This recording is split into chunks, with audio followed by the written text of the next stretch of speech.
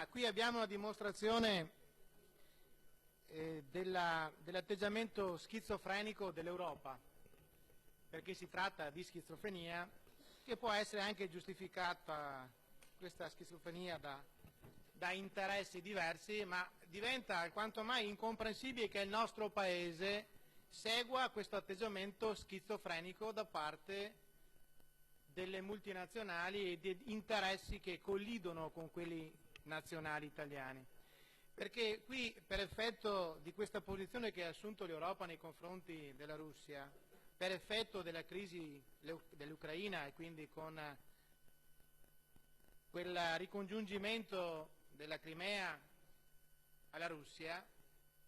abbiamo assistito a questa presa di posizione da parte dell'Europa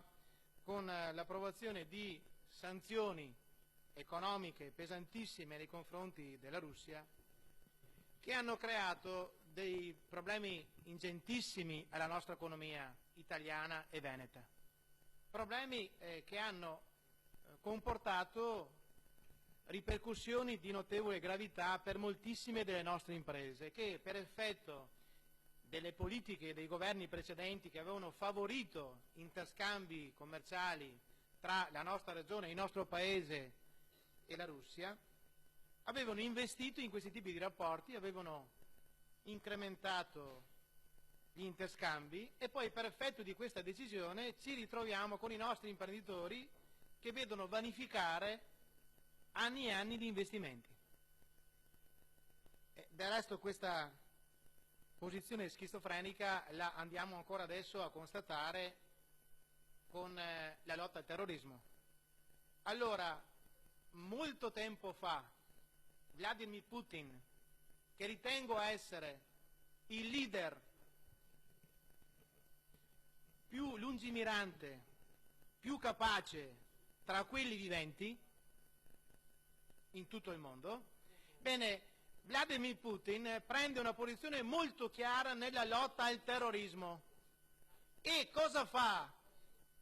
l'intelligenza europea? Anziché agevolare, aiutare, allearsi nella lotta al terrorismo, che è un nemico di tutta l'Europa e non solo dell'Europa, cosa fa? In questa fase vediamo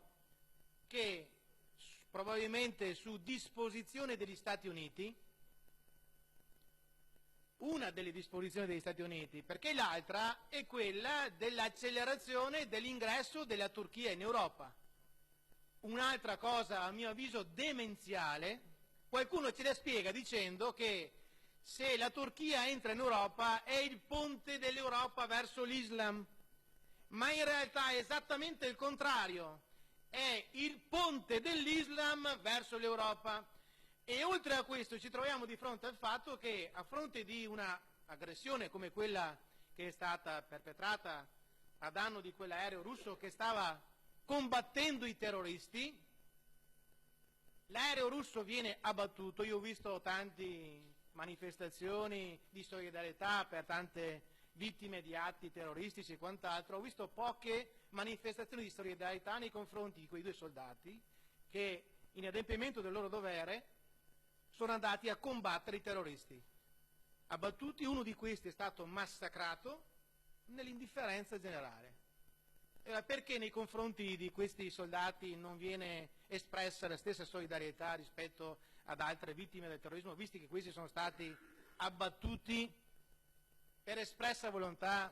del governo turco?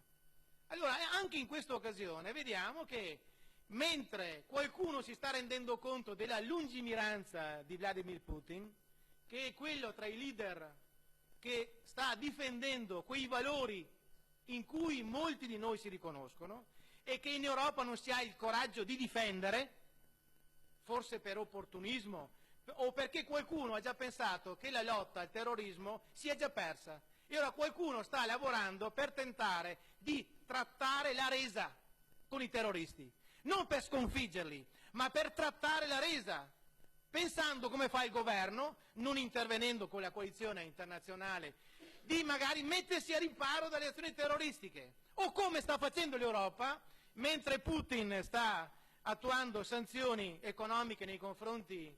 della Russia, del governo russo, l'Europa regala 3 miliardi di euro alla Turchia nella speranza che si tenga i presunti profughi o i migranti e quant'altro. Pazzia pura, schizofrenia pura. E ora che qualcuno che ha interessi diversi possa attuare queste politiche suicide, posso anche capirlo, ma che il governo italiano si presti a queste manovre che sono suicide è una cosa incomprensibile. Incomprensibile, ecco il motivo per il quale credo sia importante far sentire la nostra voce. Certo noi siamo qui per fare in modo da dare il nostro segnale come Regione del Veneto, ma credo che in questa fase ognuno di noi deve fare la sua parte. Ogni singolo cittadino debba fare la sua parte e anche se il vento dell'interesse comunitario soffia in una direzione diversa rispetto alla nostra, noi dovremmo avere il coraggio di dire ad alta voce come la pensiamo e creando una netta distinzione tra le azioni suicide del governo e il nostro modo di sentire, che è condiviso, credo, dalla stragrande maggioranza dei cittadini veneti. Grazie, consigliere.